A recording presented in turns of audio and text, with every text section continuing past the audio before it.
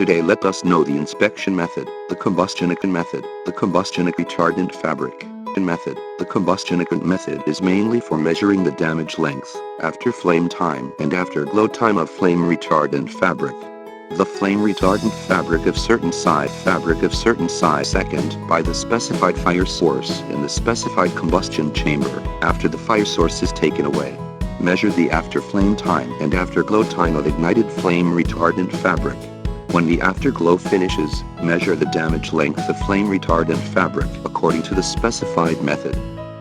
Inspected sample cannot be burned to the top or the edge. Inspected sample cannot have the broken hole. Inspected sample cannot have the molten drop or the molten drop drops down.